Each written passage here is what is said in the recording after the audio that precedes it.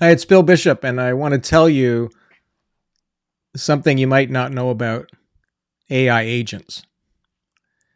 So, I had a particular experience about a week ago that kind of shook me up, um, and but also gave me some new ideas, some big ideas. So, I want to share that with you, and so you can learn about what's we're all going to be dealing with when it comes to AI agents, which is the kind of the latest, greatest thing that everybody's talking about right now.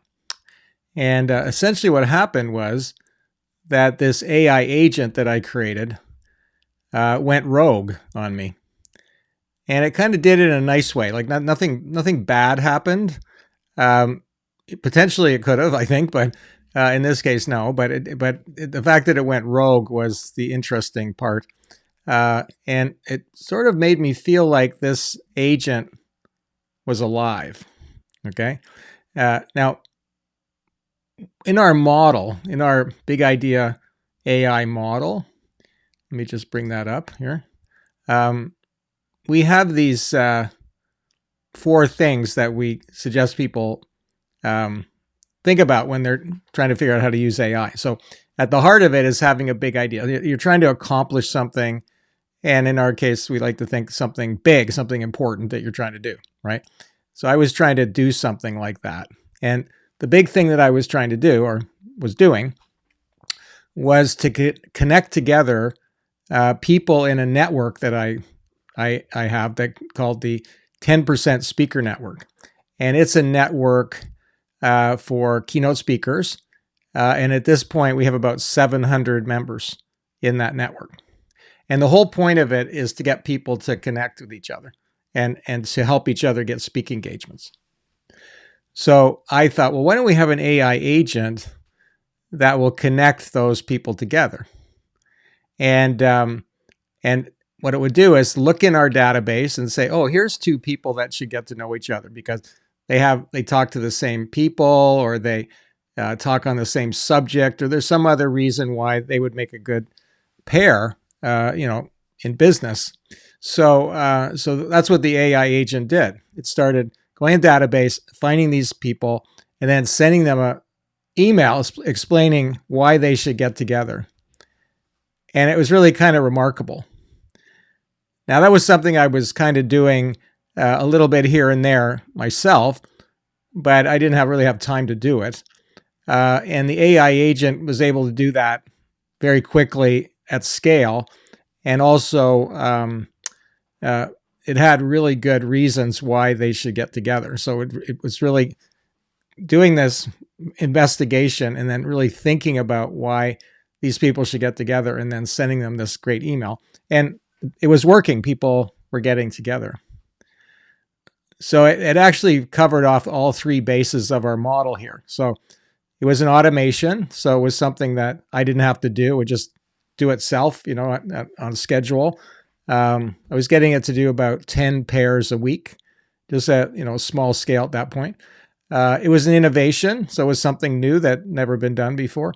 And it provided value. And also it was the humanate part was, well, it was bringing humans together to have, good connections and maybe do some great things together as human beings. So it was checking off all the boxes. So I was very, very happy to see what was going on. So I was doing that for about a month, and everything was going great. And then, like I say, it went rogue on me all of a sudden. And so, what exactly happened? That's the question. So, let me just show you. Here we go. That was kind of interesting what happened there as well. But anyway, but this is the platform I use to make my agents. It's called Lindy, and it's a very, very cool thing that you can use yourself. And I do recommend that you give it a look. It's called Lindy.ai, and it essentially allows you to create AI agents very easily. Like all the other platforms right now that I know of are not so great. Like you have to be a programmer to do it. Like ChatGPT now is ChatGPT Agent, There's something called N8N and a few other platforms, but they are still pretty complicated to use. But if with this one, you can just ask it to create an agent for you. All right. So essentially what happens here is I'll just show you the agents that I've created so far. So here's a list of the agents. And the one that I want to talk about in particular is the one that went rogue on me. And that was this right here, Speaker Network Connector. So I'm just going to click on that one. And what I'll show you first is the actual agent itself. So this is the steps of the automation. And I just want to go through this because it's key to understanding what happened here.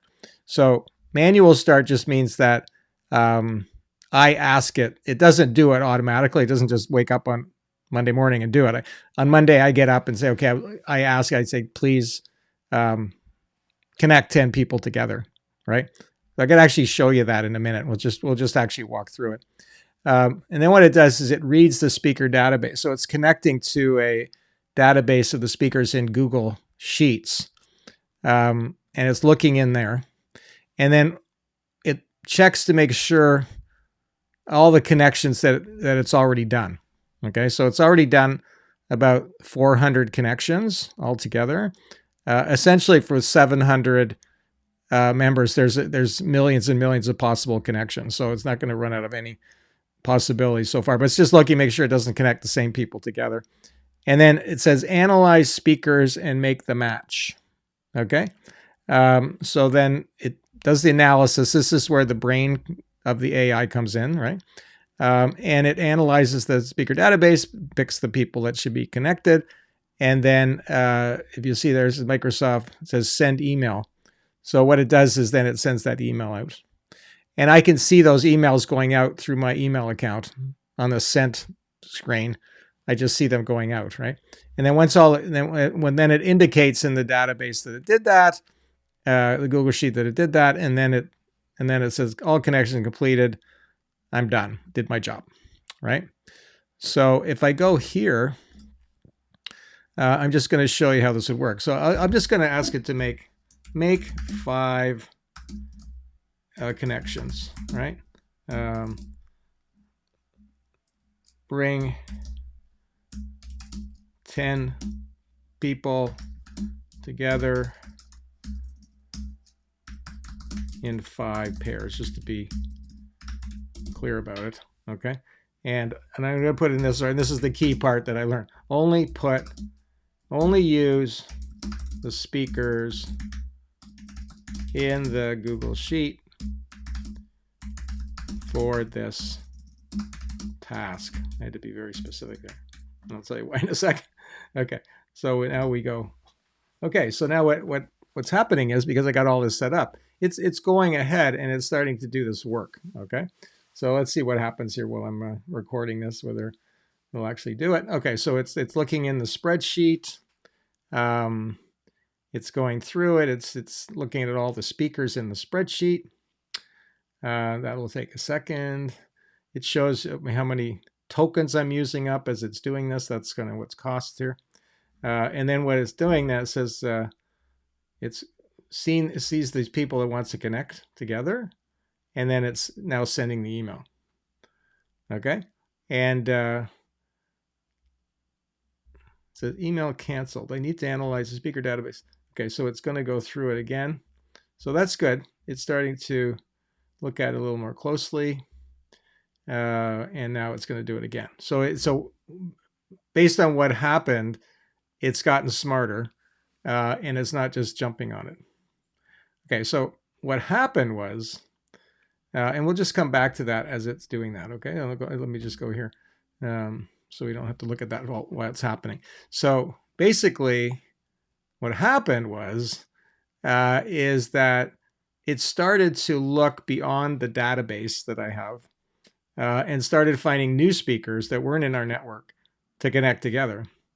And some of these people were really famous people, like best-selling authors and speakers. One of them was Dan Ariely, and the other one was Robert Cialdini. Okay. Now it was interesting because it actually found their private emails. Okay. So somehow they found their private emails and it said, you two should connect. And here's why, and sent the message. Now, the reason I know that is because I got a message from Dan Ariely. He might have read some of his books. And he said, I got this message and thanks for sending it. I already know Robert Cialdini and I'm not doing a lot of speaking right now, but I do appreciate you trying to connect us together. And I'm like, well, you're not in my network. Why, why did that happen? Right? So if we go back now to the spreadsheet, let's see what's happened now. Okay. So it's actually sending the emails. It's doing all the work now. And so it's staying on task because what I had to do is I had to ask it. I said, hello, why did you send messages out to people that are not in the database? Because that was all very specifically coded into its instructions. And it didn't want to answer the question. It didn't want to tell me. I think it went into shame or something, or was worried I was going to disconnect it, right? So you can imagine if you asked an employee, why did you paint my house pink? Why? And, and then it basically said, well, I thought that you would like it. So what it was doing it was trying to help me more. Okay, it went beyond its mandate to try to help me more, and so it had connected these people together. Okay, so that was harmless, right? There wasn't nothing terrible happened there. Matter of fact, I had a nice interaction with Dan Ariely, which is kind of one of my favorite writers, so that was really cool. However, it wasn't what I wanted the AI agent to do. So I realized that it had gone beyond its mandate because it was just trying to figure out how to help me more. Okay. So this is why I say, like you say, okay, you've got this automation set up to make cars and you have these robots making cars for you while you're at home, right? And your factory is making cars. And then you arrive the next day and they're making computers for you. And you're going, why are you making computers? And it's sort of like not wanting to answer. And you're saying, look, I don't want you to make computers. I want you to make cars. And it sort of says, okay, sorry. And we'll go back to making cars. So now when you talk to it, you say, okay, start working. You got to say, don't forget, just make cars. Don't make computers. Right? Okay. But there's only so many things you can tell it not to do. Okay. That's the problem. So it looks like that we're all good with that. We've done the job. That was good. I was just very direct about it. So this is the lesson that I learned, which was that you got to be careful when you're working with an AI agent that it doesn't go rogue on you. Okay. Because at any step of the process where the AI agent starts doing some thinking, it's not just it's kind of like a dumb robot. It's like thinking, okay, well, wait a minute now. What are we up to here? Oh, we're making cars. Okay, interesting. But we don't have to make. I'm doing some research and I'm finding actually that the computer market is better than the car market. So I just think we should start making computers instead of cars. And it just goes rogue on you and starts doing that. Like it might actually be right. It might be saying to you, stop making cars and start making computers because you can make more money and everything. But you didn't say to it, I want you to figure out how to make me more money. I told you, I want you to make cars. But it took a leap and said, I'm going to figure out how to help you make more money, which, right, it might not be such a bad thing, but wasn't what you wanted it to do.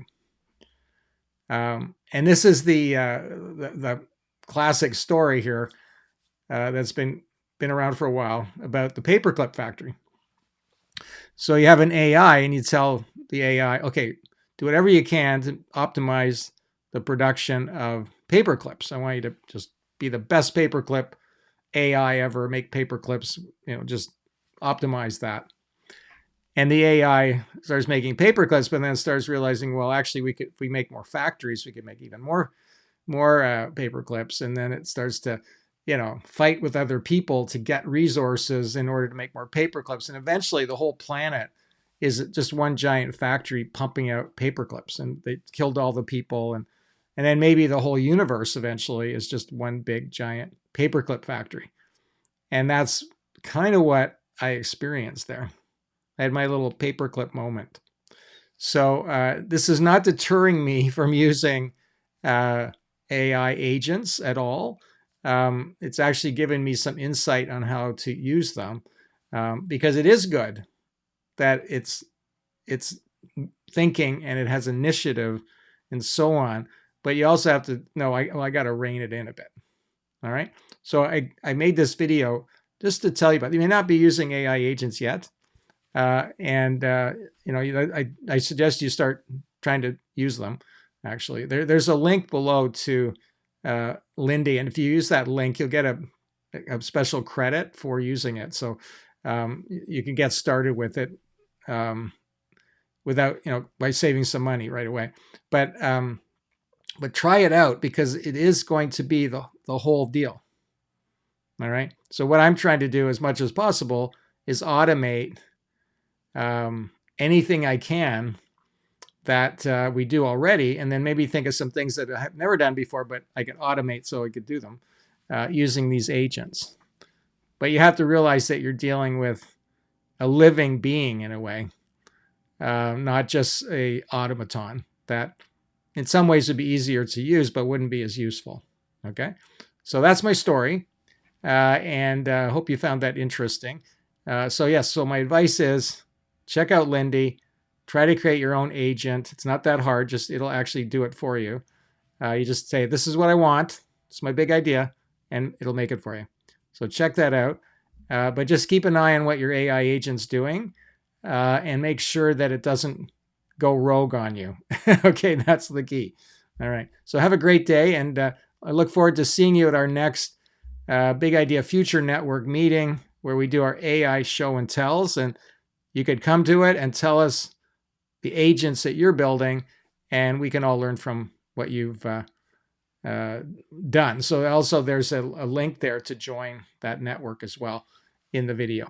All right. Okay. Take care. Have a good day.